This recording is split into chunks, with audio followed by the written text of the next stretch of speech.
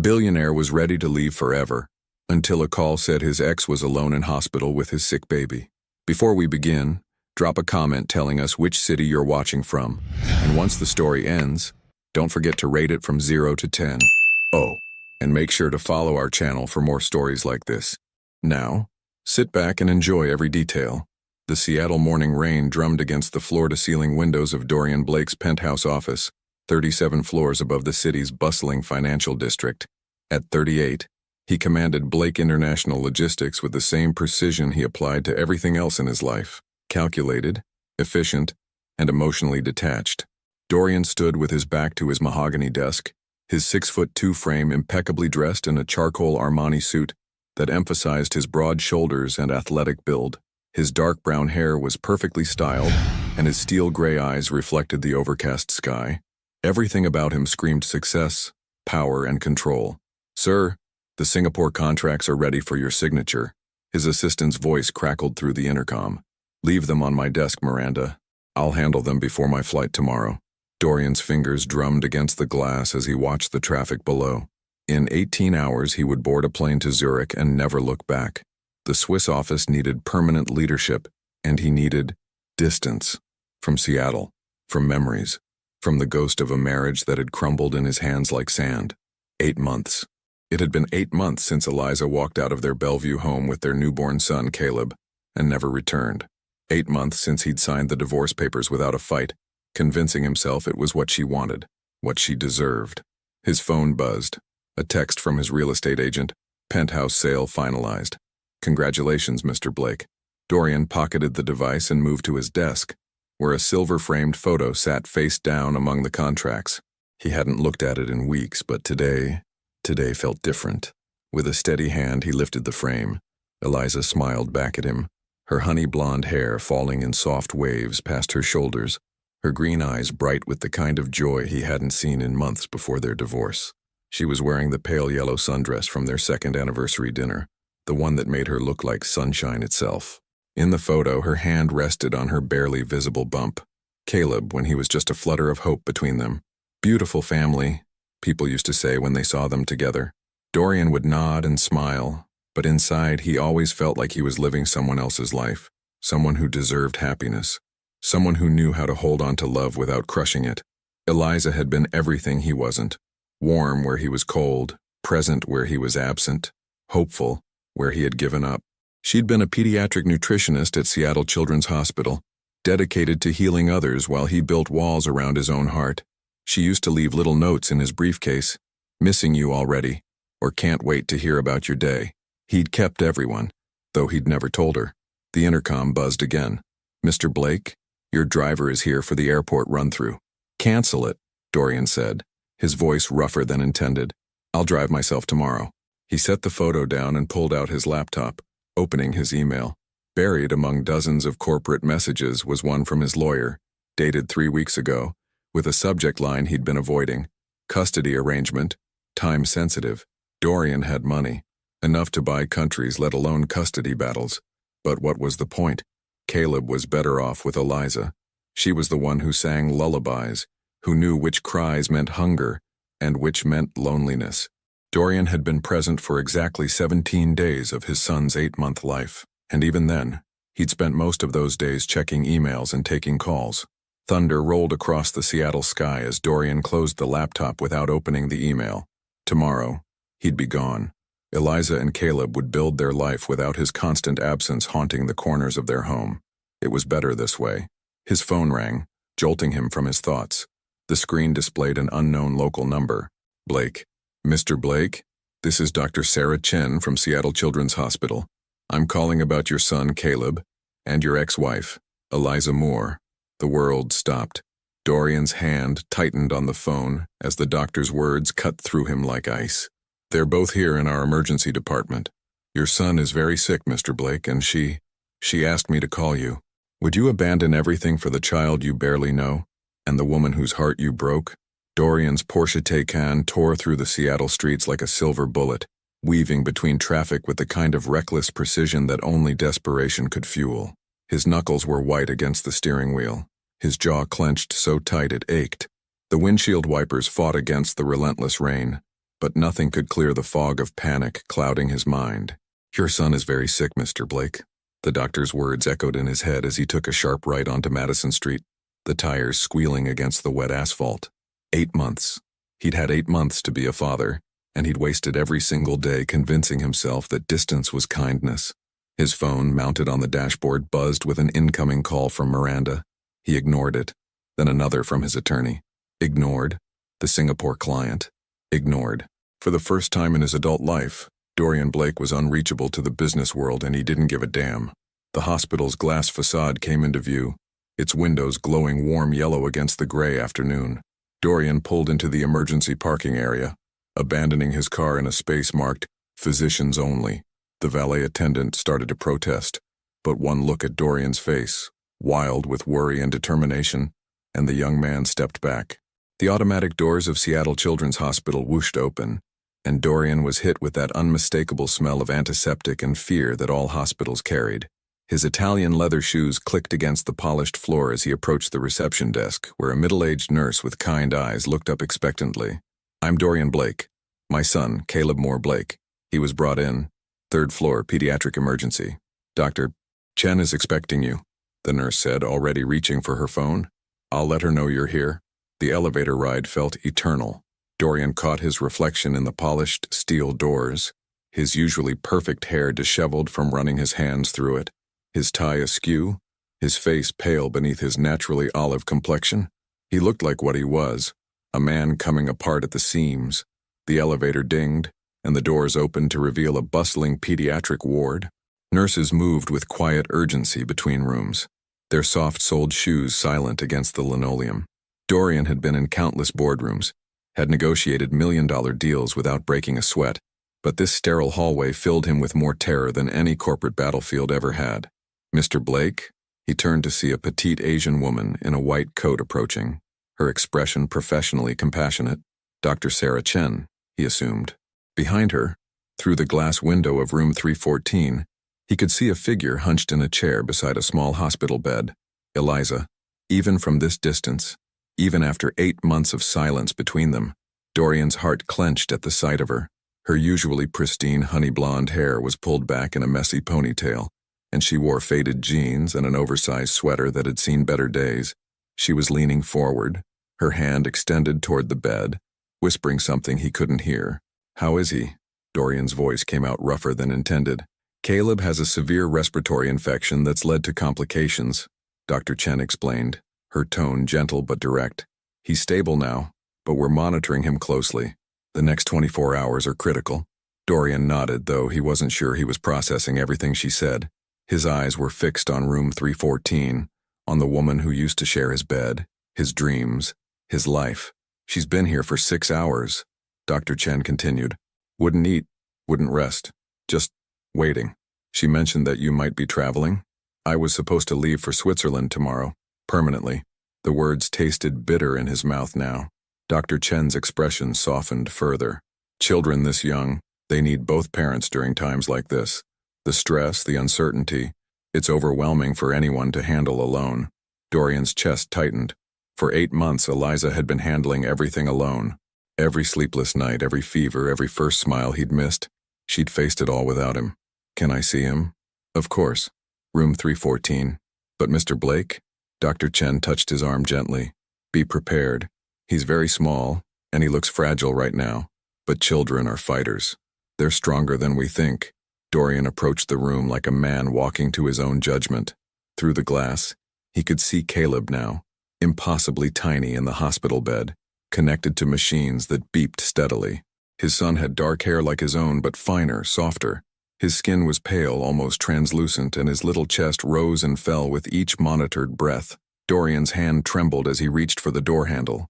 Inside, Eliza's head lifted at the sound of his entrance. Their eyes met for the first time in 8 months, and the weight of everything unsaid, everything broken, everything lost, crashed over him like a tsunami. "Dorian," she whispered, her voice hoarse with exhaustion and tears. "You came." The simple statement nearly destroyed him. As if there had ever been a question. As if there was anywhere else in the world he would rather be than right here, right now, with the family he'd been too afraid to fight for. But before he could respond, The machines around Caleb's bed began to alarm, their steady beeping turning sharp and urgent. The alarm pierced through the room like a knife. Eliza shot up from her chair, her green eyes wide with terror as she reached for Caleb's tiny hand. Dorian froze in the doorway, his heart hammering against his ribs as nurses rushed past him into the room. His oxygen levels are dropping, one of the nurses announced, adjusting the machines with practiced efficiency. Dr. Chen appeared beside Dorian, her calm authority a stark contrast to the chaos erupting around the small hospital bed. "It's okay, Doctor," Chen said, though her hands moved swiftly to check Caleb's vitals. "This can happen with respiratory infections. We just need to increase his oxygen support." Dorian watched, helpless, as the medical team worked around his son. Caleb looked impossibly small against the white hospital sheets, his little face scrunched in discomfort even in sleep. Dark lashes, Eliza's lashes, fluttered against his pale cheeks. Will he be okay? Dorian's voice cracked, betraying the composure he'd spent a lifetime perfecting. "We're adjusting his treatment now. The next few hours will tell us more," Dr. Chen replied, her tone professionally reassuring. "Why don't you both take a moment? There's a family consultation room just down the hall." Eliza shook her head immediately. "I'm not leaving him." "Eliza." Dorian stepped closer, his voice gentle. "You heard the doctor. They need space to work." She turned to look at him then, really look at him, and Dorian felt the full force of 8 months' worth of pain and exhaustion in her gaze. Her usually bright green eyes were rimmed with red, her face drawn with worry. She'd lost weight, he noticed. Too much weight. "I can't," she whispered. "I can't leave him alone again." The words hit Dorian like a physical blow. Again, like she'd left Caleb alone before, like he had. "You won't be leaving him alone," Dorian said quietly. "I'll stay. I'll watch him while you rest." Eliza's laugh was bitter, broken. "You'll stay? Like you stayed for his birth? Like you stayed for his first night home? Like you stayed for—" "Eliza, please." Dorian's voice was raw. "I know I failed you. I know I failed him. But I'm here now." The nurses finished their adjustments and the alarms quieted to their normal steady rhythm. Dr. Chen nodded approvingly at the monitors before addressing them both. "He stabilized for now. Mrs. Moore, when was the last time you ate something?" "I'm fine," Eliza said automatically, her eyes never leaving Caleb. "You're not fine," Dorian said, stepping closer. "You're exhausted. When did this start?" "The fever?" "Yesterday morning," Eliza admitted reluctantly. "It came on so fast. One minute he was laughing at his toys and the next—" Her voice broke. "I've never been so scared in my life." "You called me," Dorian said softly. "After everything you called me." Eliza's composure finally cracked. Tears spilled down her cheeks as she wrapped her arms around herself. "He needed his father. I didn't know what else to do." The admission hung between them like a bridge neither knew how to cross. Dr. Chen excused herself quietly, leaving them alone with their son and 8 months of unspoken truths. Dorian moved to the chair beside Eliza's, close enough to catch the familiar scent of her vanilla perfume mixed with hospital antiseptic and fear. "Tell me what happened. All of it." "Why?" Eliza's voice was barely a whisper. "So you can write another check and disappear again?" The accusation stung because it wasn't entirely unfair. Dorian had thrown money at problems his entire life. Business obstacles, legal issues, even his marriage. When things got complicated with Eliza, when her pregnancy made their relationship feel too real, too permanent, he'd worked longer hours, traveled more frequently, convinced himself that providing financially was enough. "No," he said finally, "because I want to know about my son, because I want to know how you've been managing all of this alone." Eliza was quiet for a long moment, her gaze fixed on Caleb's sleeping face. "He looks like you when he sleeps," she said eventually. Same stubborn set to his jaw, same way of frowning like he's solving the world's problems in his dreams. Dorian felt something crack inside his chest. Does he know who I am? The question that had been haunting him for months finally escaped, and Eliza's sharp intake of breath told him she'd been expecting it. "I show him pictures," she said quietly. "I tell him stories about his daddy, who works very hard, who travels to important places. I never said you didn't want to be here, but that's what you think." Eliza turned to face him fully then, her green eyes blazing with 8 months of suppressed anger. "What am I supposed to think, Dorian? You signed those divorce papers so fast I wondered if you'd been waiting for an excuse to leave. You never called, never asked about him." Never. I called. Dorian interrupted, his voice rough. Every day for the first month.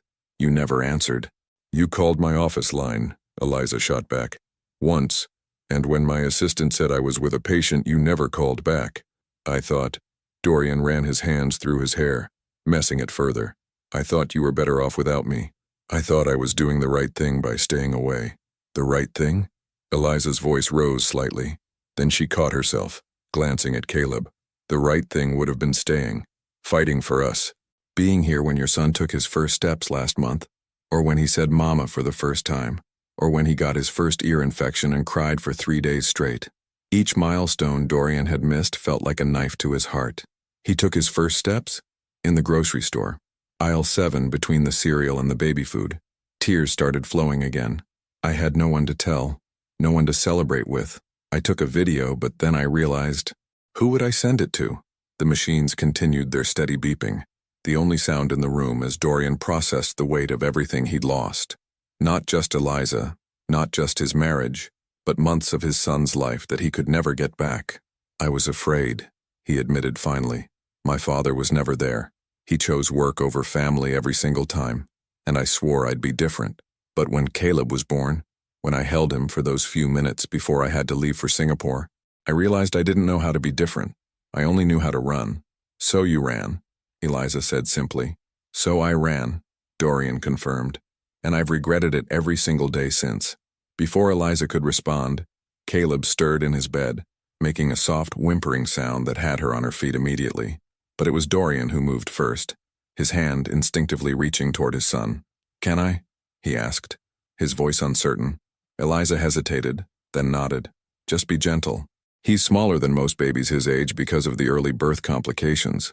Dorian's large hand carefully covered Caleb's tiny fist, and the baby's fingers immediately wrapped around his father's thumb with surprising strength. The simple contact sent a shock through Dorian's entire system. This was his child, his blood, his responsibility that he'd abandoned. He's beautiful, Dorian whispered, his voice thick with emotion. He's perfect. He's strong, Eliza said, settling back into her chair. Stubborn like his parents. They sat in companionable silence for a moment, both watching Caleb sleep, both lost in their own thoughts. Then Eliza spoke again, her voice so quiet Dorian almost missed it. I kept your wedding ring. Dorian's head snapped up to look at her. What? In my jewelry box. I kept it. She met his eyes. I kept telling myself I'd return it eventually, but what? Eliza's phone buzzed on the bedside table, interrupting the moment. She glanced at the screen and her face went pale. What is it? Dorian asked. It's my mother, Eliza said, her voice tight with new worry. She's flying in from Portland. She thinks you won't be here when she arrives. The sound of determined heels clicking against the hospital floor announced Patricia Moore's arrival long before she appeared in the doorway of room 314. At 55, Eliza's mother was a force of nature, silver-haired, sharp-eyed, and armed with the kind of maternal fury that could level mountains. Eliza Marie, she said, her voice carrying the particular blend of relief and reproach that only mothers had mastered. She swept into the room like a hurricane in a navy blue pantsuit, her designer handbag clutched like a weapon. Her eyes swept over Caleb in his hospital bed, then landed on Eliza's exhausted face before finally settling on Dorian with the intensity of a laser-guided missile. Mrs. Moore, Dorian said, rising from his chair with the automatic politeness that had been drilled into him since childhood. Blake, her tone could have frozen lava. Still here, I see. How unexpected. Mom, please, Eliza said wearily. Not here. Not now. Patricia ignored her daughter's plea, her attention focused entirely on the man who had broken her child's heart. Funny how a medical emergency suddenly makes you available. Where were you 3 weeks ago when Caleb had his first real fever? Or last month when Eliza had to take him to urgent care alone because he wouldn't stop crying? I didn't know, Dorian said quietly. Oh, you didn't know. Patricia's laugh was sharp as broken glass. Because picking up a phone is such an impossible task for a billionaire. Because asking about your son's welfare requires what? A board meeting approval? Mom, stop, Eliza said more firmly, struggling to her feet. This isn't helping anyone. What's not helping? Patricia continued, her voice rising despite her daughter's protests. Is this man showing up now when Caleb is sick, acting like some kind of hero?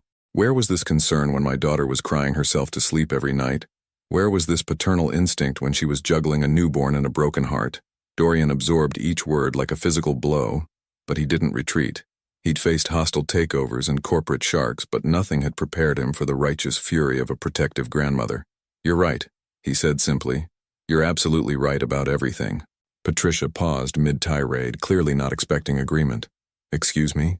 I failed them both. I was a coward who ran instead of fighting for my family. I was selfish and absent, and everything Eliza deserved better than." Dorian's voice was steady, but his hands shook slightly as he looked at his sleeping son. "I can't undo the last 8 months.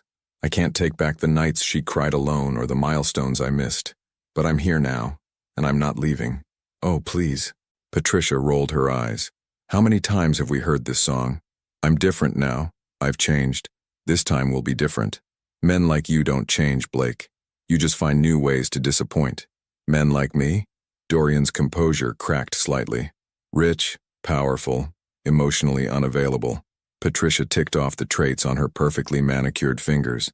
"Men who think money solves everything and feelings are inconveniences to be managed. My ex-husband was exactly like you." The comparison hit its mark. Dorian knew about Thomas More, the successful surgeon who'd traded his family for his career, leaving Patricia to raise Eliza alone. It was a pattern Dorian had unconsciously followed, despite swearing he'd be different. "Mom, that's enough," Eliza said, her voice sharp with exhaustion and stress.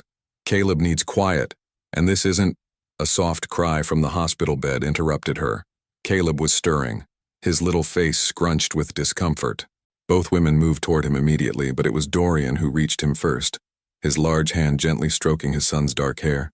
"Hey there, little man," Dorian murmured, his voice automatically softening. "It's okay. Daddy's here." Patricia's sharp intake of breath was audible. "Daddy? He is his father, Mom," Eliza said quietly, watching as Caleb's tiny fingers grasped for Dorian's hand. "Whatever else happened between us, that hasn't changed. Being a father is more than genetics, Eliza," Patricia said, but her voice had lost some of its edge as she watched the interaction. "It's showing up. It's being there when things get hard." "I know," Dorian said, not taking his eyes off Caleb. "And I wasn't. But I want to learn how to be."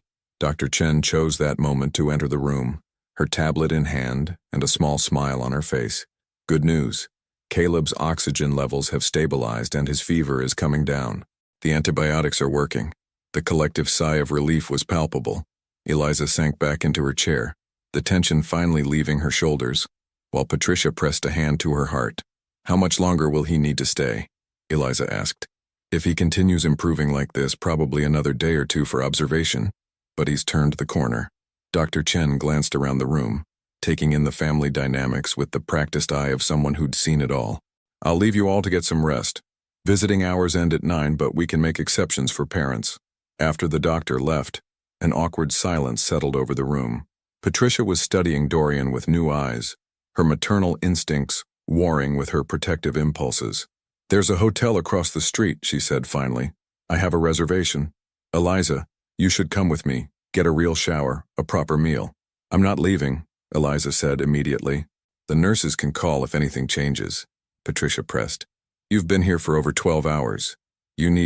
I need to be here," Eliza said firmly. "With my son." "Our son," Dorian corrected quietly. "And she's right. Someone should stay." Patricia's eyebrows rose. "Someone? I'll stay," Dorian said. "Eliza needs rest. And I need this. I need to be here for him." "Absolutely not," Eliza said, standing up so quickly her chair scraped against the floor. "You can't just waltz in here and take over. You don't know his schedule, his needs, what he likes. Then teach me," Dorian said simply. "Please, let me learn." The plea in his voice stopped Eliza short. She looked at him, really looked at him, and saw something she'd never seen before in all their years together. Vulnerability, raw, honest need. "His favorite song is 'You Are My Sunshine,'" she said finally, "but only the first verse. If you sing the second verse, the one about taking the sunshine away, he gets upset." "Okay," Dorian nodded solemnly, as if she'd just shared state secrets. "He likes his blanket tucked around his left side more than his right, and if he wakes up crying, sometimes humming helps more than talking." "Left side, humming. Got it." Patricia watched this exchange with growing amazement. In 30 years of marriage, she'd never seen her ex-husband take notes about their daughter's preferences, let alone ask to learn them. "There's a cafeteria on the second floor," she said grudgingly. "They close at 8, but the vending machines have decent sandwiches." Dorian looked surprised by the concession. "Thank you. Don't thank me yet," Patricia warned. "I'm not doing this for you. I'm doing this because my daughter is about to collapse from exhaustion, and my grandson needs at least one parent who's functioning." "Understood." Eliza hesitated at the doorway, looking back at Caleb one more time. "If anything happens, anything at all, you call me immediately." "I will," Dorian promised. "And if he seems scared or uncomfortable, I'll call you," Dorian repeated gently. Patricia linked her arm through her daughter's. "Come on, sweetheart. Let the man prove whether he's worth the second chance you're obviously considering giving him." As they reached the door, Eliza turned back one final time. "Dorian?" "Yeah? The wedding ring I kept. It's because I never stopped hoping you'd come back." And with that bombshell, she was gone, leaving Dorian alone with his son and the weight of everything he'd almost lost forever. The pediatric ward settled into its nighttime rhythm as visiting hours ended. Soft lighting replaced the harsh fluorescence, and the constant chatter of daytime activity faded to whispered conversations between night shift nurses. Dorian found himself truly alone with his son for the first time in Caleb's 8-month life. He'd moved his chair closer to the bed, close enough to watch the steady rise and fall of Caleb's chest. The baby looked impossibly small against the white hospital sheets, his dark hair tousled from sleep, his tiny fist curled around the edge of his blanket. Dorian could see traces of himself in the shape of Caleb's nose, the set of his jaw, but everything else, the delicate features, the long eyelashes, the peaceful expression, was pure Eliza. The machines continued their reassuring beeps, a technological lullaby that had become oddly comforting. Dr. Chen had been right. Caleb was improving. His color was better, his breathing easier, but Dorian couldn't shake the terror that had gripped him when those alarms had gone off earlier. What if he'd been on that plane to Zurich? What if Eliza had faced this crisis alone, as she'd faced everything else for the past 8 months? His phone buzzed quietly. A text from Miranda. Singapore client requesting urgent conference call. Shall I patch them through? Dorian stared at the message for a long moment, then typed back, "Handle it. I'm unavailable indefinitely." Another buzz, this time from his attorney. "Zurich office needs timeline for your arrival. Legal docs require your signature. Postponed. Will advise." A third message, from his assistant director in Hong Kong. Dorian didn't even read it before switching his phone to silent and sliding it into his jacket pocket. For the first time in his adult life, the business world would have to wait. Caleb stirred, making a soft whimpering sound that immediately had Dorian leaning forward. The baby's eyes fluttered open, deep brown, like his father's, and for a moment, they simply looked at each other. Caleb didn't cry or fuss. He just studied this tall stranger with the serious expression of someone trying to solve a puzzle. "Hey there, little man," Dorian whispered, echoing the words he'd used earlier. "How are you feeling?" Caleb blinked slowly, his tiny hand flexing against the blanket. Dorian remembered Eliza's instructions and carefully adjusted the covering, tucking it more securely around Caleb's left side. The baby's expression seemed to relax slightly. "Your mama says you like music," Dorian continued, his voice barely above a whisper. "She taught me your favorite song." He felt ridiculous. A 38-year-old billionaire singing lullabies in a hospital room. But as he began the gentle melody of "You Are My Sunshine," Caleb's eyes widened with what looked like recognition. "You are my sunshine, my only sunshine. You make me happy when skies are gray." Caleb's little mouth opened in what might have been a smile, and something inside Dorian's chest cracked open. This was his son, his child, 8 months of life, and Dorian was just now discovering that Caleb had expressions, preferences, a personality all his own. "You'll never know, dear, how much I love you." The word stuck in his throat. How could he sing about love when he'd been absent for most of Caleb's existence? When he'd chosen boardrooms over bedtime stories, international flights over first words? Caleb made a soft cooing sound as if encouraging him to continue. "Please don't take my sunshine away," Dorian finished, his voice rough with emotion. A gentle knock on the door interrupted the moment.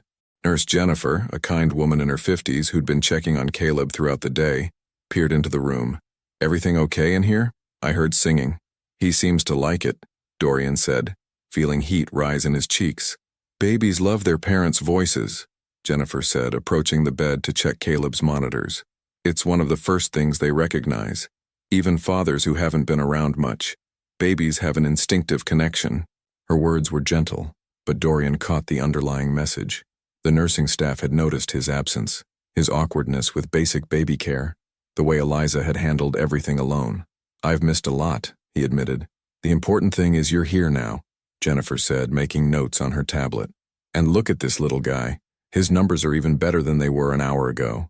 Sometimes having both parents present makes all the difference. After she left, Dorian found himself studying Caleb more intently. The baby was awake but peaceful, occasionally making soft sounds that Dorian was learning to interpret. When Caleb's face scrunched up slightly, Dorian tried humming, another of Eliza's suggestions, and watched in amazement as his son's expression smoothed out again. I bet your mom tells you bedtime stories, Dorian said softly. I don't know any of those, but I could tell you about the places I've been. Would you like that? Caleb's gaze remained fixed on his father's face as if he was listening intently. There's a city called Singapore where the buildings touch the clouds, and the harbor lights up like stars at night. I was there when you were born, making deals that seemed so important at the time. Dorian's voice grew quieter. I thought I was building something for you, for your future, but I was really just running away from being your dad.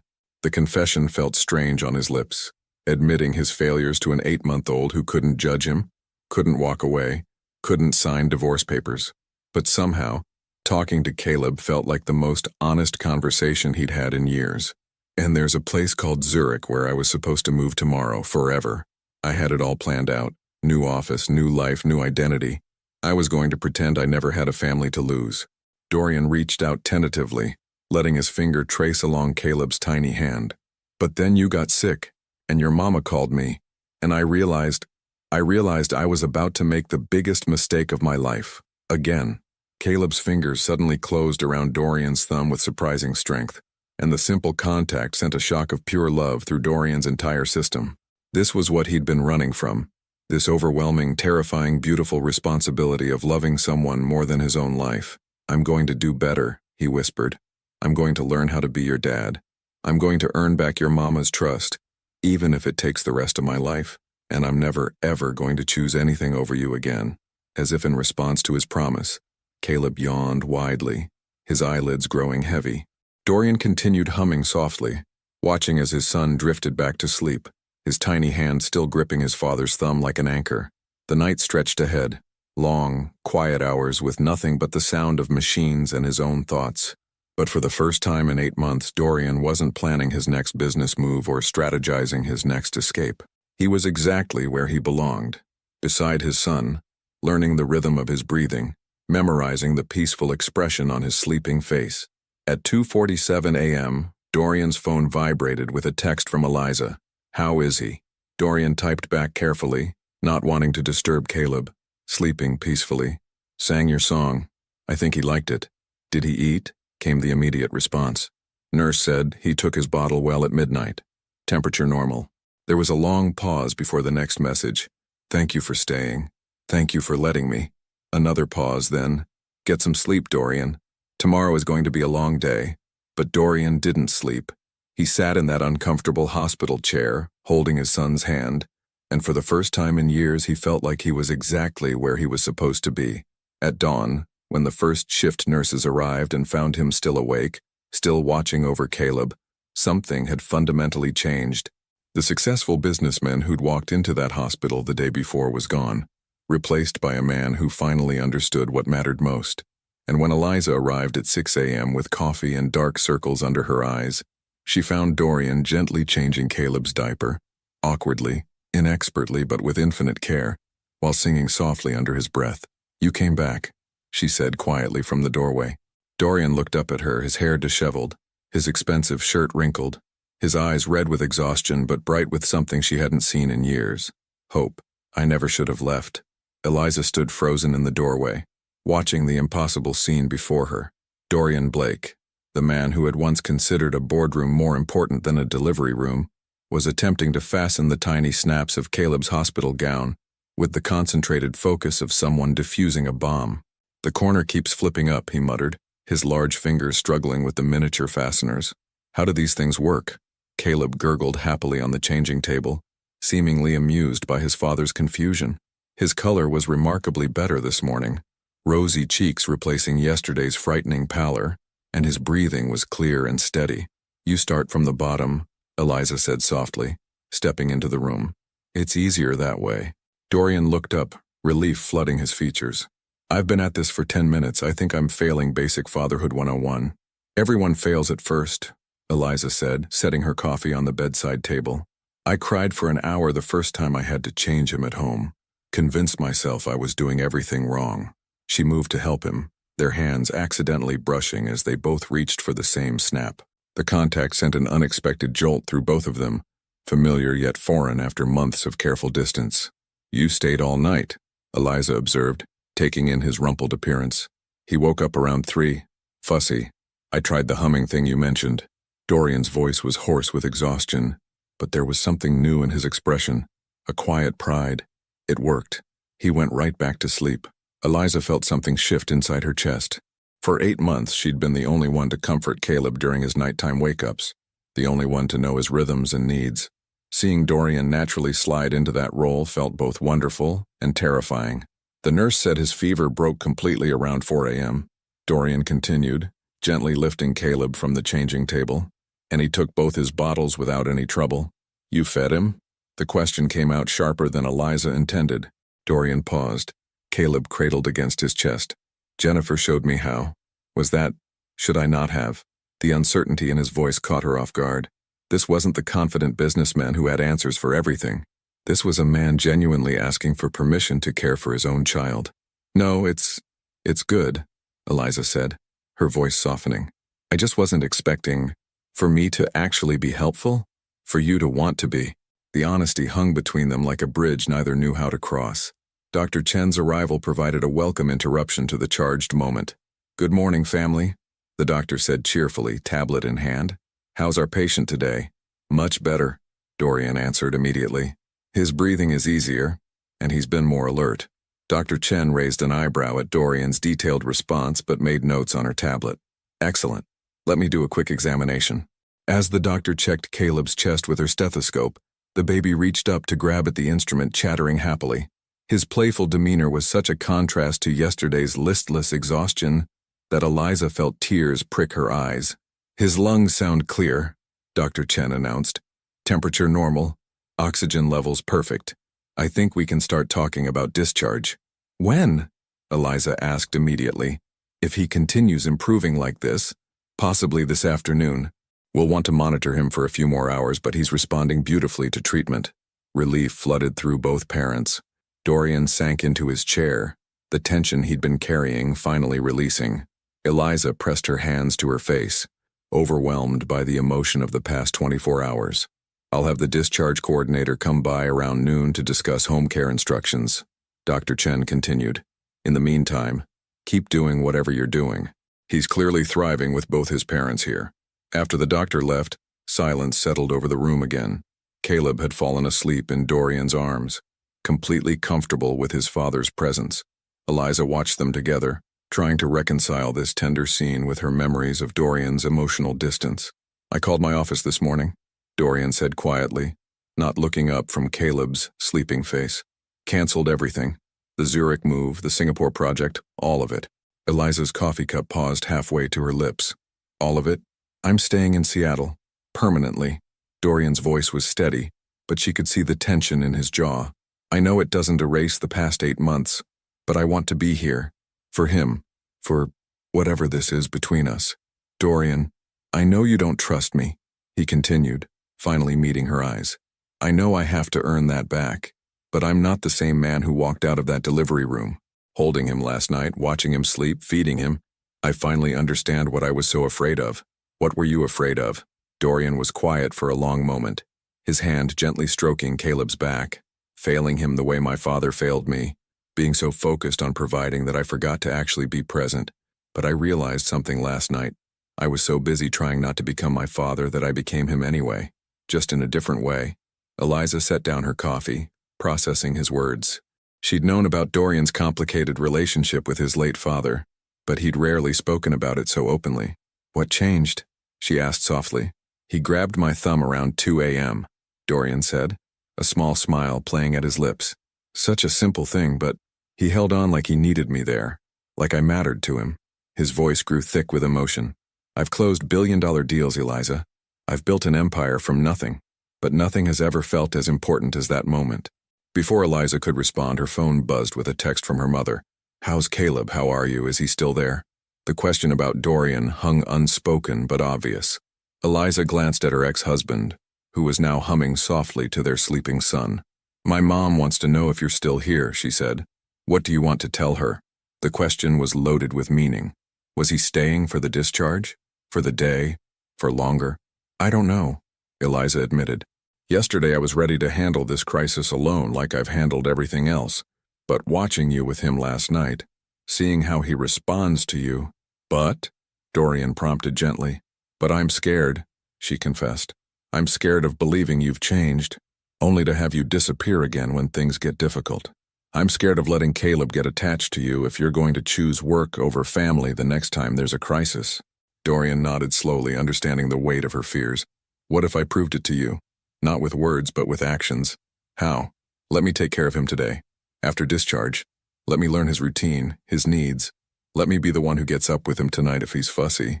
Dorian's voice was earnest, almost pleading. I know your apartment is small, and I know having me there would be awkward, but you want to stay at my place? Eliza's eyebrows shot up. On the couch, Dorian clarified quickly. I don't want to miss another night with him. I've already missed too many. Eliza studied his face, looking for any sign of the old Dorian, the one who made promises he couldn't keep, who prioritized everything above his family. But all she saw was exhaustion, sincerity, and something that looked like hope. One night, she said finally. Trial basis. Relief flooded Dorian's features. One night. And if your phone rings with some emergency, if you get that look in your eyes like you're calculating the cost of staying versus leaving, then you have every right to throw me out, Dorian finished. I understand. Caleb stirred in his father's arms, making soft, wakeful sounds. His eyes opened, focusing immediately on Dorian's face with what seemed like recognition. The trust in that innocent gaze made Eliza's chest tighten with emotion. Maybe, just maybe, they could find their way back to each other, one careful step at a time. Her phone buzzed again. This time it wasn't her mother. It was her supervisor at the hospital where she worked. Hope Caleb is feeling better. Don't worry about your shifts this week. We've got you covered. The reminder of her own responsibilities, her job, her patients, her life outside of this crisis, brought Eliza back to reality. Soon they'd leave this protective bubble of the hospital and return to the real world, where good intentions collided with daily pressures and old patterns. There's something else we need to talk about, she said quietly. What? I go back to work on Monday. I can't afford to take more time off, and I have patients who depend on me. She met his eyes steadily. If you're serious about being present, about sharing the responsibility, then you need to understand that I can't be the only one juggling career and parenthood anymore. Dorian's expression grew serious as he absorbed the implications. You're right. I'll figure it out. Figure what out? How to be a hands-on father and still run my company.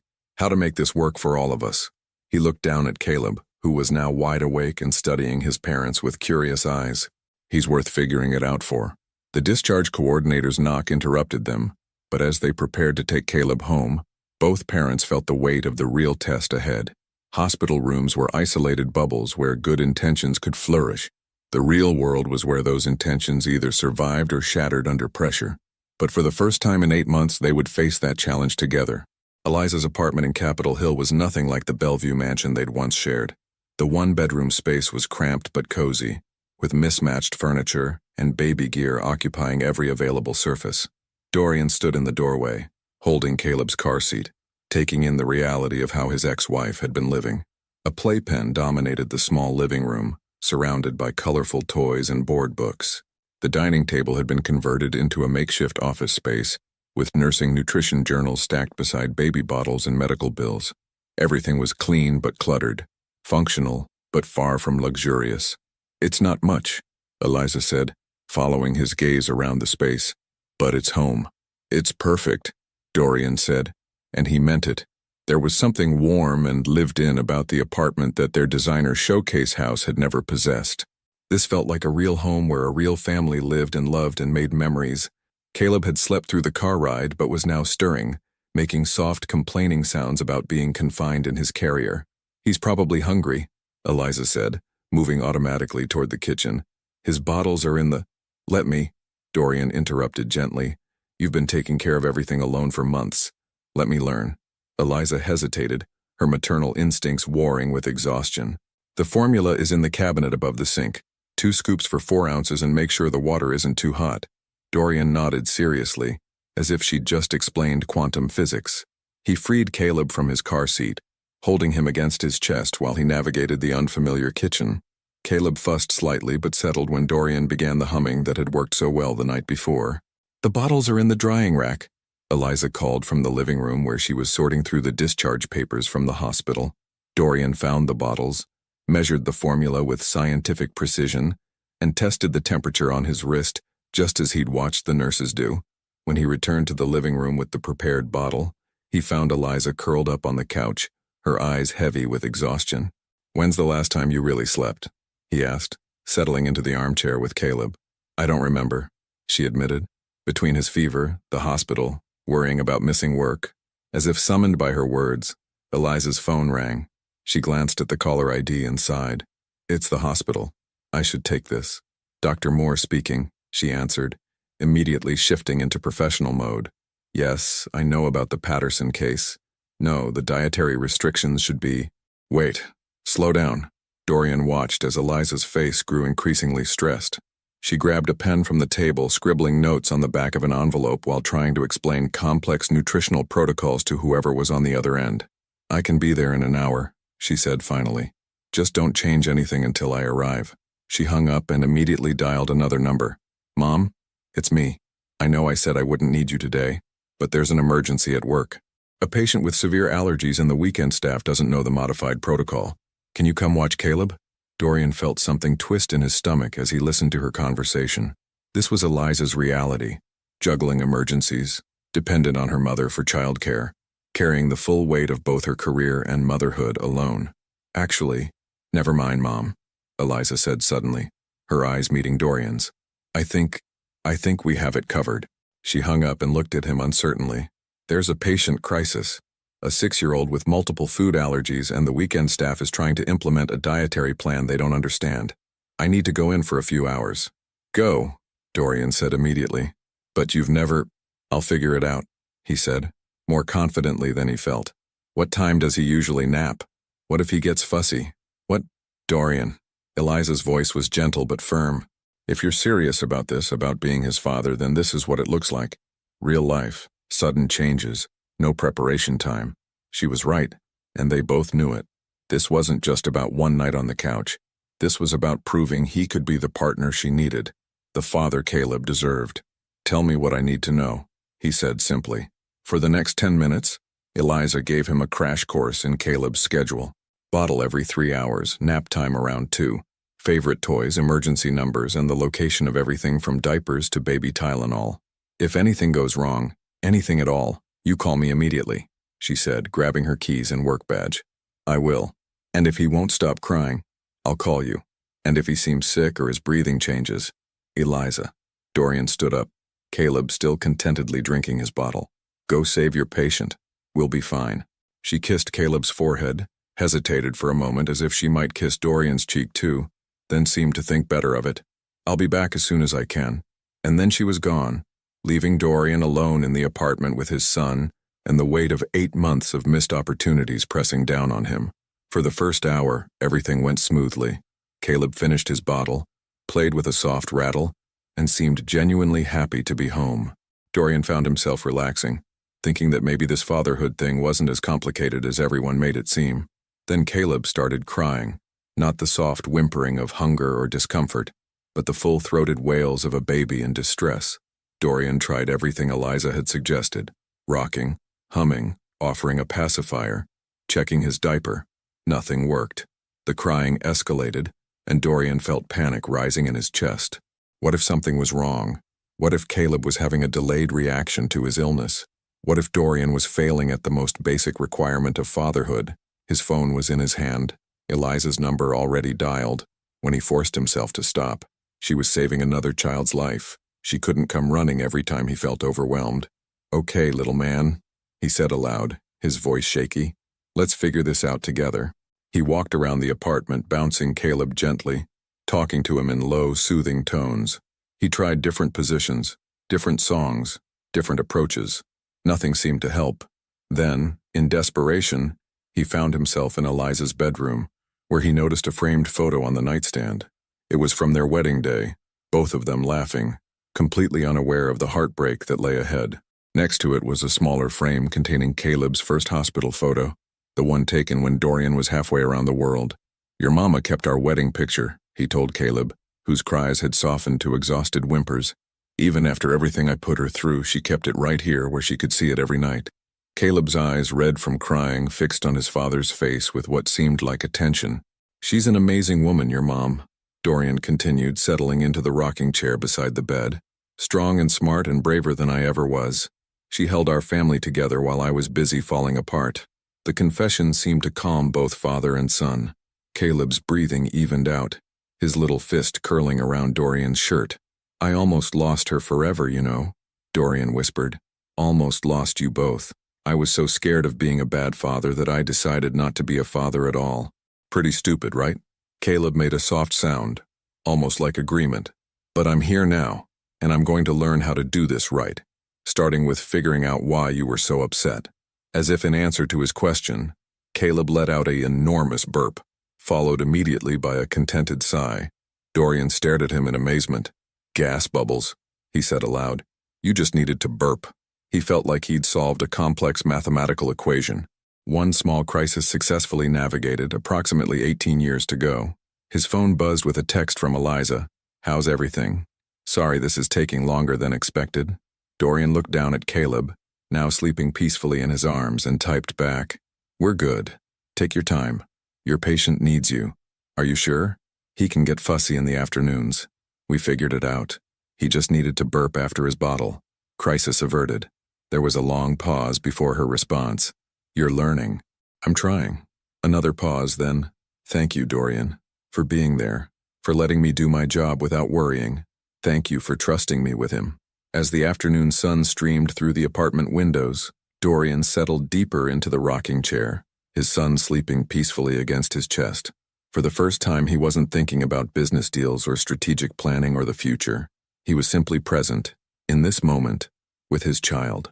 When Eliza returned 3 hours later, she found them both asleep in the chair, Caleb's tiny hand clutching his father's shirt, Dorian's large hand protective across his son's back. She stood in the doorway for a long moment, her heart doing complicated things in her chest. This was the man she'd fallen in love with, not the successful businessman, but the vulnerable human being beneath all that armor, the man who could find peace in simple moments, who could be gentle and present and real. But as she watched them sleep, one question echoed in her mind. Would this version of Dorian survive when the real world came calling again? As if summoned by her thoughts, Dorian's phone began to ring on the coffee table, the display showing an international number and the word urgent flashing on the screen. The phone's shrill ring cut through the peaceful silence of the apartment like a sword.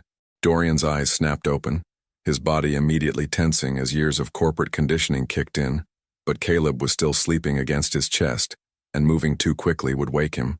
Eliza stood frozen in the doorway, watching as Dorian carefully shifted Caleb in his arms, reaching for the phone with his free hand. The international number glowed on the screen. Singapore, the client he'd abandoned at the airport yesterday. Don't, Eliza said quietly. Dorian's finger hovered over the answer button. It could be important. It's always important, she replied, her voice carrying 8 months of bitter experience. The question is, important to whom? The phone stopped ringing. Silence returned to the apartment, but the tension remained thick in the air. Dorian looked down at his sleeping son, then back at Eliza, seeing the test for what it was. You're right, he said, powering down the phone completely. Whatever it is can wait. Relief flickered across Eliza's features, but it was tempered with wariness. One right choice didn't erase a pattern of wrong ones. How did it go? She asked, moving into the room properly and setting her purse down. Rocky at first, Dorian admitted. He had a meltdown around 2 o'clock. I thought I was going to have to call you, but then I realized he just needed to burp. And you figured that out how? Trial and error, and talking to him. Dorian's voice grew softer. I told him about you. About how strong you are, how you held everything together while I was falling apart. Eliza's breath caught. Dorian, I found the wedding picture, he continued, on your nightstand. You kept it. The admission hung between them, loaded with meaning. Eliza moved to the couch, sitting down carefully so she could see both him and Caleb. I kept a lot of things, she said quietly. Your coffee mug, the book you were reading when I went into labor, the ultrasound photos you never looked at. Each item felt like a small knife to Dorian's heart, evidence of hope she'd maintained long after he'd given up on them. Why? He asked. Because I kept thinking you'd come back, that one day you'd remember what we had and fight for it. Her voice was barely above a whisper. I kept thinking maybe I hadn't tried hard enough, or maybe if I just waited a little longer. Eliza, no, none of this was your fault. Wasn't it? Her green eyes flashed with old pain. I was the one who asked for the divorce. I was the one who moved out. Maybe if I'd been more patient. You were drowning, Dorian said firmly. I was so wrapped up in my own fears that I didn't see you drowning until it was too late. You did what you had to do to survive. Caleb stirred in his arms, making soft, wakeful sounds. Eliza automatically moved to take him, but Dorian gently shook his head. I've got him.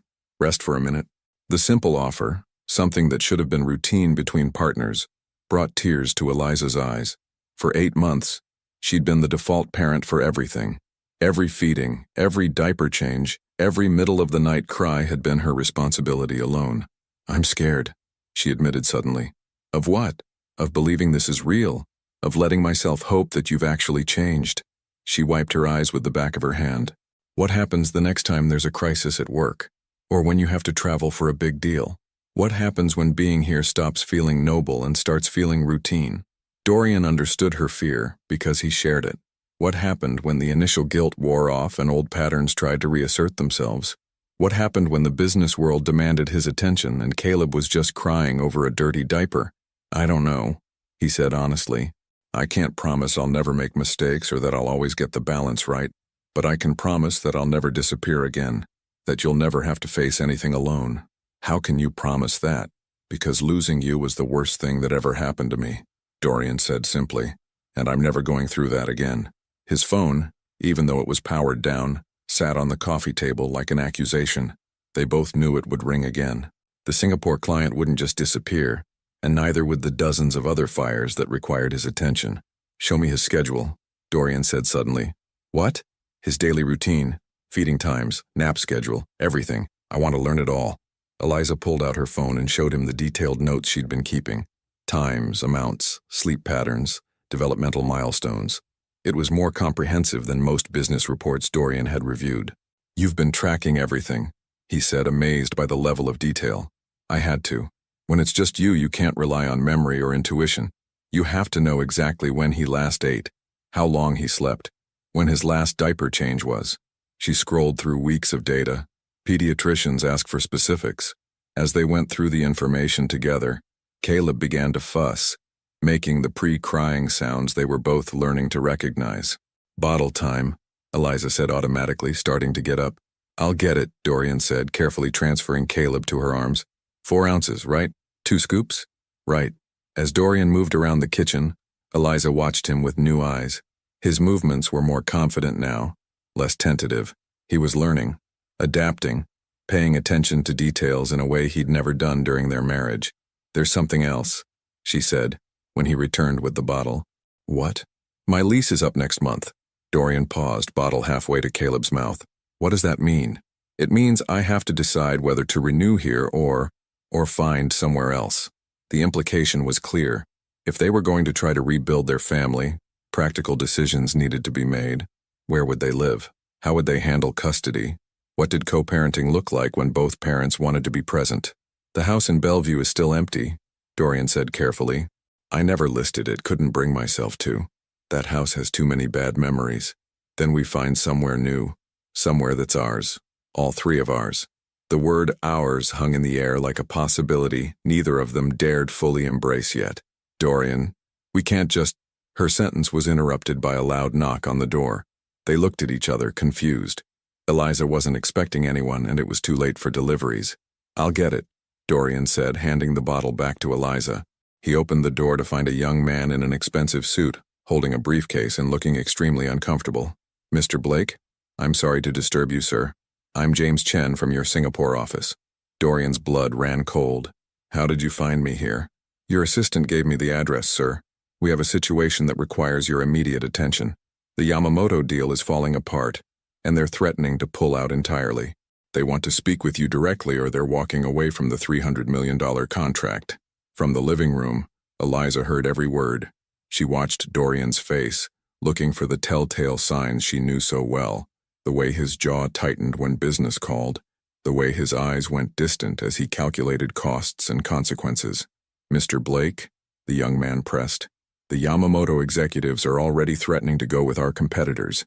If we lose this deal, I understand the implications, Dorian said tersely.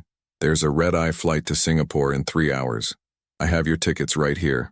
Eliza held her breath, waiting for the moment when Dorian would choose his empire over his family. Again, when he would promise to make it up to them, to be back as soon as possible, to make this the last time. But instead, Dorian did something that shocked them all. He closed the door, not slammed it, not shouted, just quietly, firmly closed it on $300 million and everything his old life represented. When he turned back to face Eliza, his expression was calm, resolved. You didn't even think about it, she said, wonder in her voice. Yes, I did, Dorian replied, moving back to sit beside her. I thought about how many times I'd made that choice before, how many times I'd chosen money over moments, contracts over connection. He reached out to touch Caleb's tiny hand. And I realized that all the money in the world isn't worth missing another day of his life. Outside, they could hear the young man making phone calls, probably reporting Dorian's refusal to his superiors. There would be consequences. The Yamamoto deal would likely collapse. His board would be furious. His reputation might suffer. But inside the apartment, as Dorian watched his son drink his bottle and his ex-wife look at him with something that might have been the beginning of trust, he knew he'd made the right choice. For the first time in his life, he'd chosen love over fear. The only question now was whether it was too late to matter. The morning brought chaos in the form of Dorian's phone, which had been ringing nonstop since 6 a.m. despite being set to silent. The vibrations against the coffee table were like an insistent drumbeat, each call a reminder of the professional earthquake he'd triggered the night before. Eliza emerged from her bedroom in scrubs, ready for her early shift, to find Dorian on the living room floor with Caleb, both of them surrounded by colorful plastic toys. Caleb was giggling, actually giggling, as Dorian made ridiculous faces and sound effects. You're good at this, she said softly, pausing in the doorway. Dorian looked up, his hair disheveled and his expensive shirt from yesterday wrinkled beyond recognition. He likes the helicopter noise, he said, making a whirring sound that sent Caleb into fresh peals of laughter. When did he start laughing like that? About an hour ago. First time according to the baby book you have on the shelf. Dorian's eyes were bright with wonder. Did you know he can almost sit up by himself now and he's been trying to grab everything? His phone buzzed again, interrupting the moment. This time, however, it wasn't a call. It was a text from his board chairman. Emergency meeting. 9 a.m. Your presence required immediately. Eliza saw his expression change as he read the message.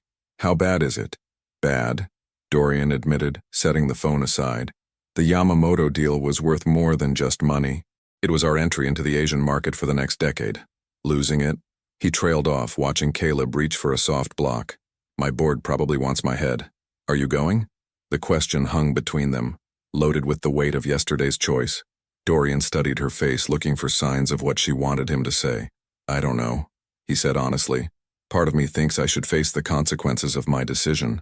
But part of me thinks that going would just prove that business still comes first. What do you think?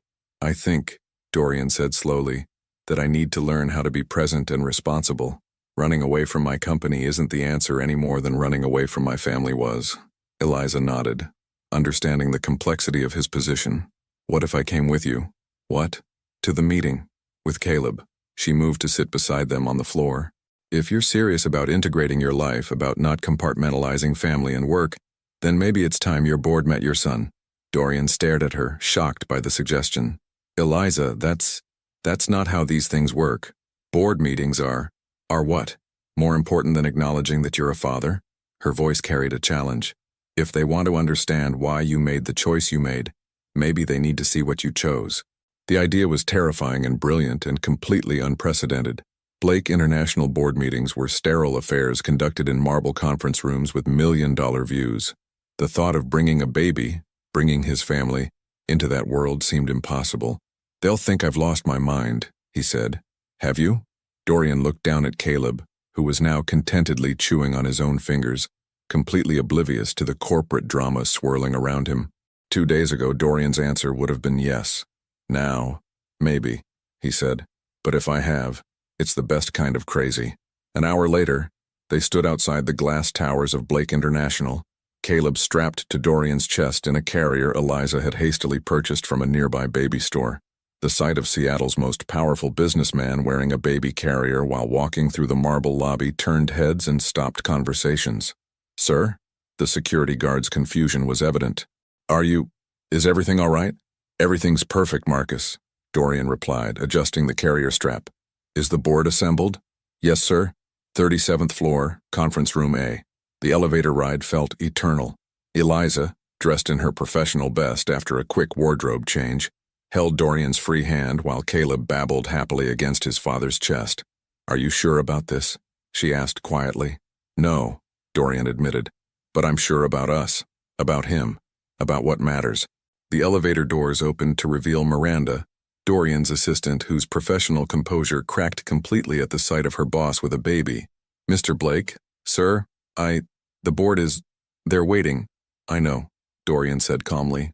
"Miranda, I'd like you to meet my son, Caleb. And this is Eliza, Caleb's mother." Miranda's eyes widened as she processed the introduction. In 5 years of working for Dorian, she'd heard him mention his ex-wife exactly twice, and his son never. "He's beautiful," she managed. "He is," Dorian agreed. "Would you let the board know we'll be right in?" The conference room fell silent as Dorian entered with his unexpected entourage. 12 of Seattle's most influential business leaders sat around the polished mahogany table, their expressions ranging from confusion to outright shock. "Gentlemen," Dorian said, taking his seat at the head of the table with Caleb still strapped to his chest, "I believe you wanted to discuss the Yamamoto situation." Board Chairman Robert Sterling, a silver-haired man in his 70s, found his voice first. "Dorian, what in God's name is going on? You disappear for 2 days, abandon a $300 million deal, and now you show up to a board meeting with my family," Dorian finished. "My son, Caleb, and his mother, Eliza. This is highly irregular," another board member interjected. Blake International, Dorian said firmly, "is about to change how it operates. For too long we've acted as if success means sacrificing everything else. I've been the worst example of that philosophy, and it cost me everything that actually mattered." Caleb chose that moment to make a happy gurgling sound, completely oblivious to the tension in the room. Several board members couldn't help but smile at the innocent interruption. "The Yamamoto deal is gone," Dorian continued.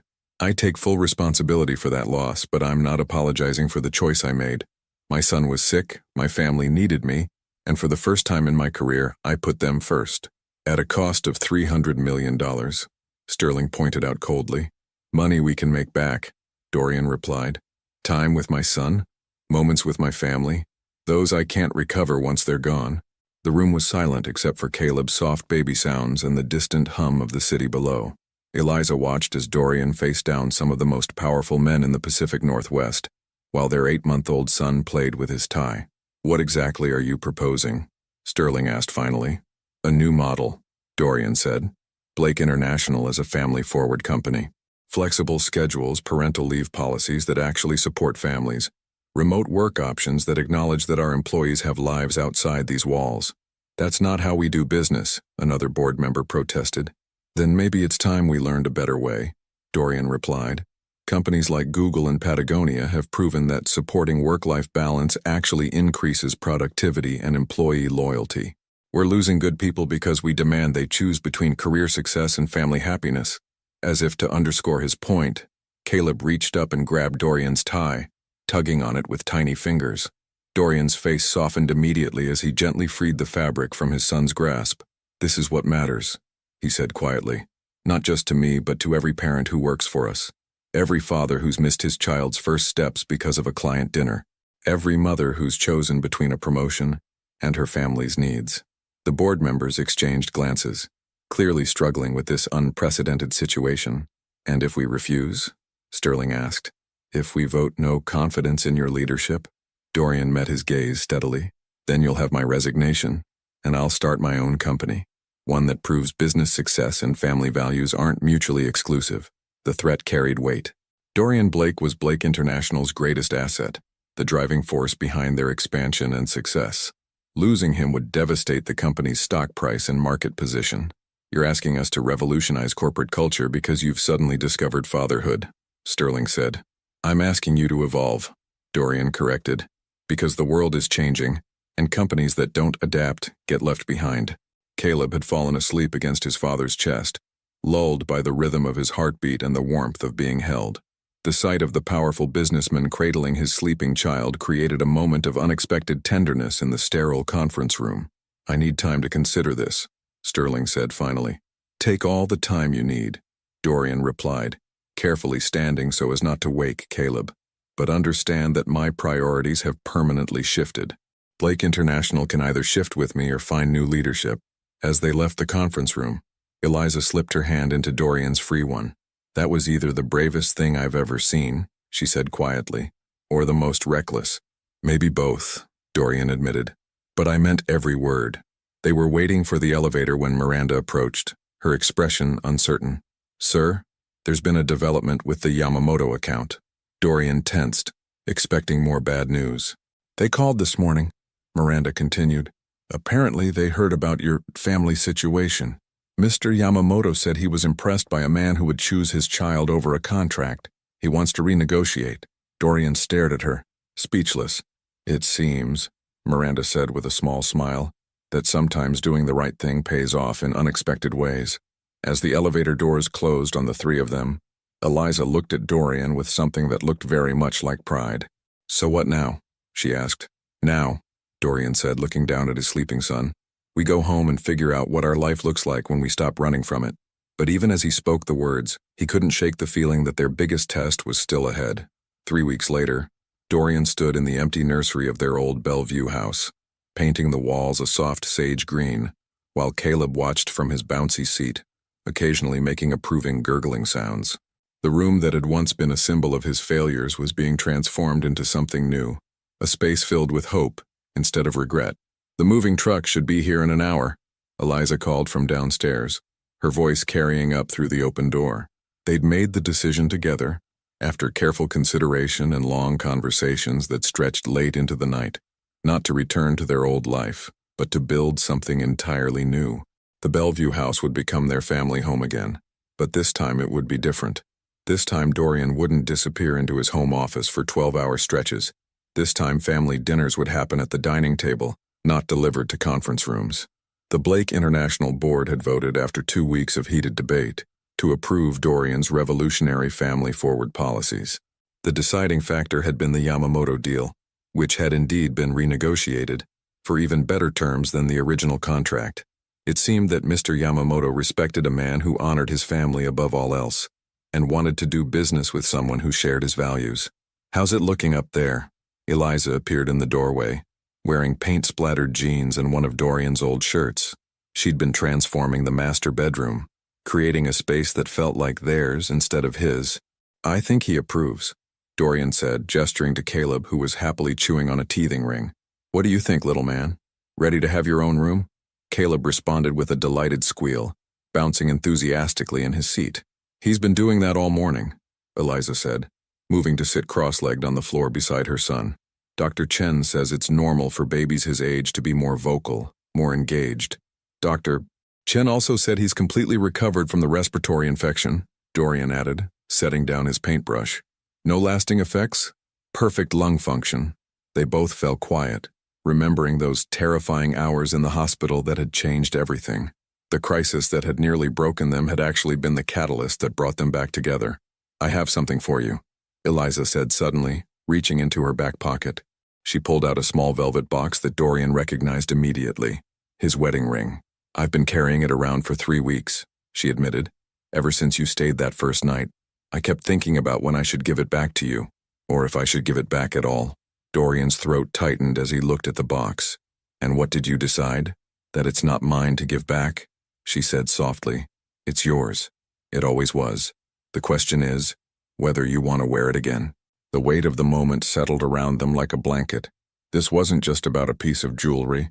This was about commitment, about trust, about believing that they could be different this time. There's something I need to tell you first, Dorian said, his voice rough with emotion. Eliza's expression grew serious. What? I went to see someone, a therapist, Dr. Sarah Martinez. He sat down beside her on the floor, close enough that their knees touched. I wanted to understand why I ran, why I was so terrified of being a father that I sabotaged everything good in my life. Eliza's eyes widened. Dorian Blake, who had always solved problems through sheer force of will and business acumen, had sought professional help. What did you learn? That I was repeating my father's patterns without even realizing it, Dorian said. He was physically present but emotionally absent, and I was so afraid of being like him that I became exactly like him, just in a different way. I convinced myself that working constantly was noble, that providing financially was enough, but really I was just hiding. Hiding from what? From the possibility of failing you, from the responsibility of being someone's whole world. He reached out to touch Caleb's tiny hand. This little guy was going to depend on me completely, trust me absolutely, and I was terrified that I'd let him down the way my father let me down. Tears gathered in Eliza's eyes as she listened to him articulate fears she'd never fully understood during their marriage. So you left first, she said quietly. So I left first, he confirmed, before I could disappoint him, before I could prove that I wasn't worthy of his love. But you were worthy, Eliza whispered. You always were.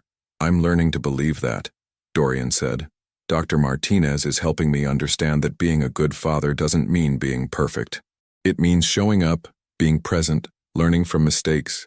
As if sensing the emotional weight of the conversation, Caleb reached out with both hands, making the grabbing motions that meant he wanted to be picked up.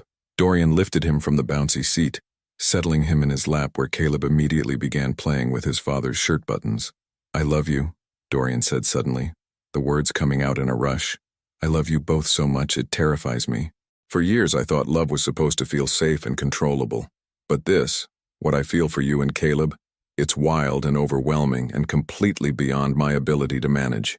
And I finally understand that's exactly how it's supposed to be. Eliza's tears spilled over as she processed his confession. I love you too, she whispered. I never stopped loving you, even when I hated you, even when I was sure you were never coming back.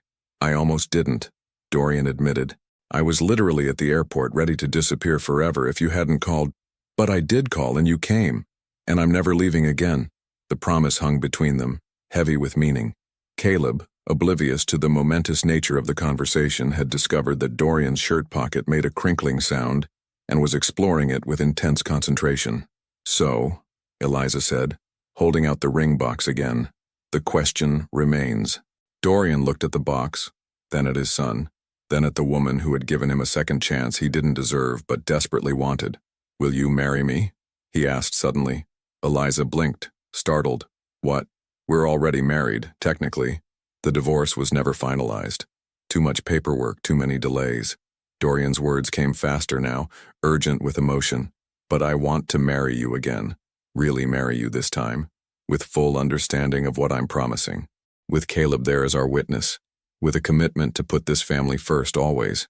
Dorian, I want to promise you that I'll come home for dinner every night. That I'll never miss another milestone. That when you call, no matter what meeting I'm in, or what deal I'm negotiating, I'll answer. His voice broke slightly. I want to promise that our children, all of them, if we're blessed with more, will never wonder if their father loves them more than his work. Eliza was crying openly now, overwhelmed by the depth of his commitment. I want to promise, Dorian continued, that I'll spend the rest of my life proving that you and Caleb are the best decisions I ever made. That choosing love over fear was the moment my real life began.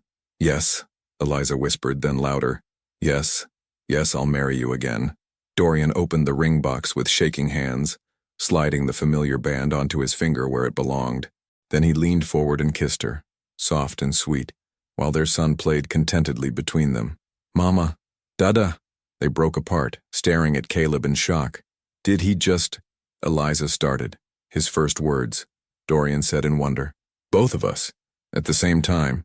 As if proud of his accomplishment, Caleb clapped his hands together and repeated, "Mama, da-da," with a huge grin. "Perfect timing, little man." Dorian laughed, lifting Caleb up and spinning him gently. Perfect timing. The sound of the moving truck rumbling up the driveway interrupted their celebration, but none of them minded. They had the rest of their lives to celebrate this moment, this new beginning, this family that had almost been lost but had found its way back to love. As they carried Caleb downstairs to supervise the move-in, Dorian caught sight of his reflection in the hallway mirror. The man looking back at him was different from the one who had lived in this house before. This man's eyes held peace instead of ambition, love instead of fear, presence instead of restless energy. This man was exactly who he was meant to be. "Ready to start our new life?" Eliza asked, adjusting Caleb in her arms as the movers began bringing in boxes. Dorian looked around the house that would now truly be their home, then at his wife and son, his family, his heart, his everything. "I've been ready my whole life," he said. "I just needed you to show me the way." And as the afternoon sun streamed through the windows of their home, painting everything in golden light, the Blake family began writing the next chapter of their story, one filled with love, laughter, and the unshakable knowledge that they would never take each other for granted again. 2 years later, the sound of tiny feet running across hardwood floors filled the Bellevue house as 2.5-year-old Caleb raced toward the front door, his dark hair bouncing with each determined step. "Daddy, Daddy, home," he announced to anyone within earshot, which in this case was his very pregnant mother, who was attempting to fold laundry while keeping one eye on their energetic toddler. Eliza smiled, her hand resting on her 8-month belly where their daughter, they'd decided to name her Grace, was apparently practicing gymnastics. The second pregnancy had been planned, wanted, celebrated, so different from the fear and uncertainty that had surrounded Caleb's arrival. "Yes, baby," she called after her son. "Daddy's home from his trip." Dorian had been in Portland for 2 days, his longest business trip since their remarriage 18 months ago. Blake International's new family-first policies meant that overnight trips were rare, weekend travel was prohibited, and every absence was carefully planned around family schedules. The front door opened, and Dorian's voice filled the entryway. "Where's my boy?" "Daddy!" Caleb launched himself at his father with the complete faith that only toddlers possessed, knowing absolutely that strong arms would catch him. Dorian scooped him up, spinning him around while Caleb giggled with pure joy. "Did you take good care of Mama while I was gone?" "Yes, I help. I fold socks," Caleb announced proudly, though his version of folding bore little resemblance to actual laundry organization. "He was very helpful," Eliza confirmed, appearing in the doorway with a basket of tiny clothes. At 32, she glowed with the particular beauty of a woman who was deeply loved and completely happy. "Though I think we'll need to refold those socks." Dorian set Caleb down and immediately moved to his wife, pulling her into a careful embrace that accommodated her pregnant belly. "How are you feeling? Any contractions? Did she kick much today?" "She's been active," Eliza laughed, leaning into his warmth. "I think she missed your voice. She always settles down when you read to her." It had become their nightly ritual, Dorian reading children's stories aloud, one hand on Eliza's belly, Caleb curled up between them. Sometimes he read business journals to his unborn daughter, explaining market trends in the same gentle tone he used for fairy tales. "Book, book," Caleb demanded, tugging on Dorian's sleeve.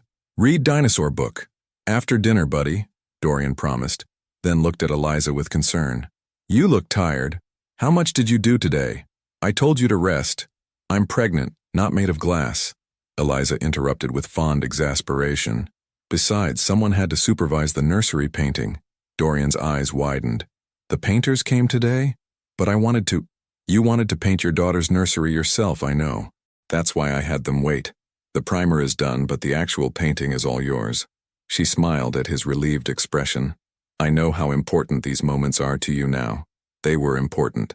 Every milestone, every first, every small moment that had once seemed insignificant was now precious to Dorian.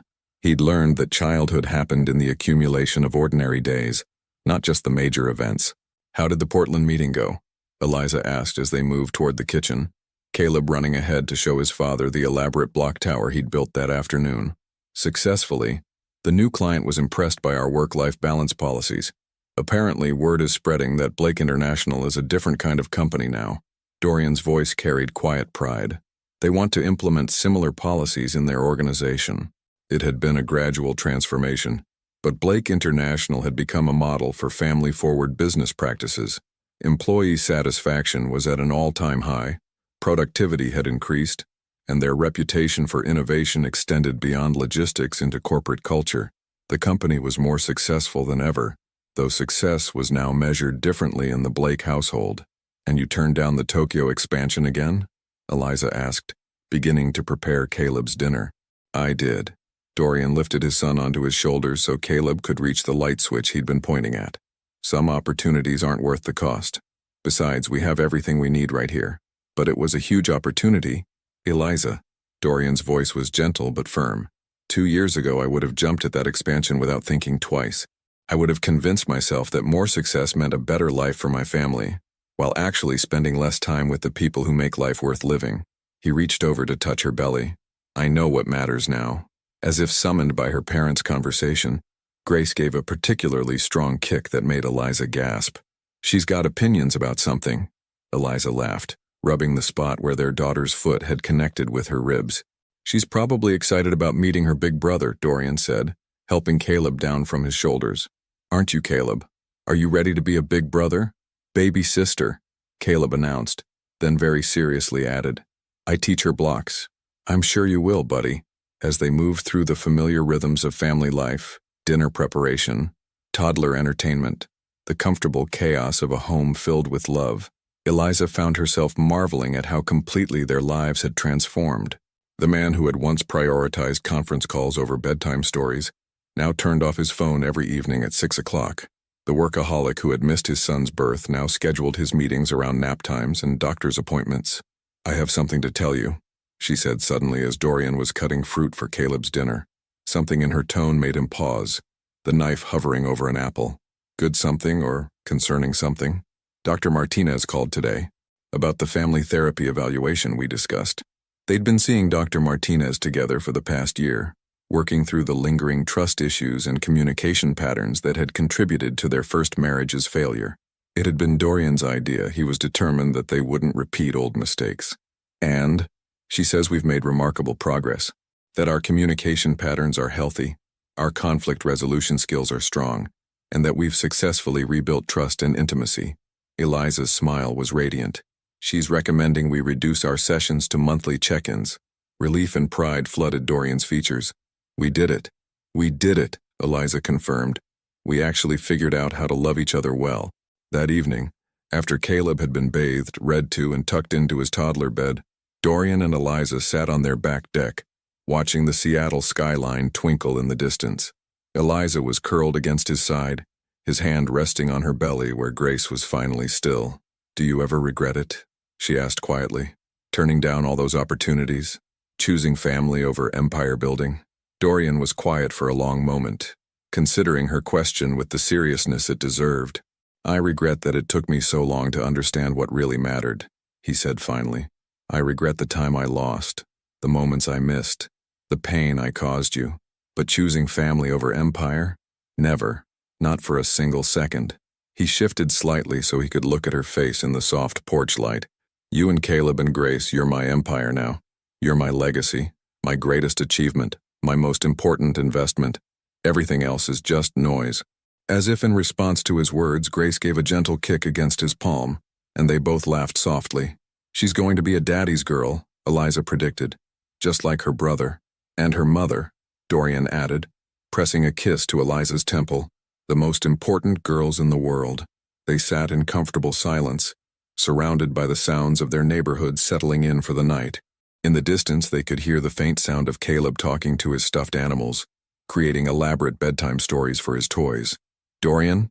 When Grace is old enough, when she asks about how Daddy and Mommy fell in love again, what will you tell her?" Dorian smiled, his fingers tracing gentle patterns on her belly. "I'll tell her that sometimes people get lost, even when they love each other. I'll tell her that her daddy was so afraid of failing that he forgot how to try. But then her big brother got sick, and Mommy was brave enough to ask for help, and Daddy finally came home. And I'll tell her that love isn't about being perfect. It's about choosing each other every day, even when it's hard. Especially when it's hard." His voice grew soft with emotion. I'll tell her that the greatest moment of my life wasn't when I made my first million or closed my biggest deal. It was when I held her brother for the first time and realized that everything I'd been chasing meant nothing compared to the family I already had. Eliza felt tears gather in her eyes. Pregnancy hormones, she told herself, though she knew it was really just overwhelming gratitude for this second chance they'd been given. "I love you," she whispered. "I love you too. All of you." As the stars appeared one by one in the darkening sky above Seattle, the Blake family settled into another peaceful night.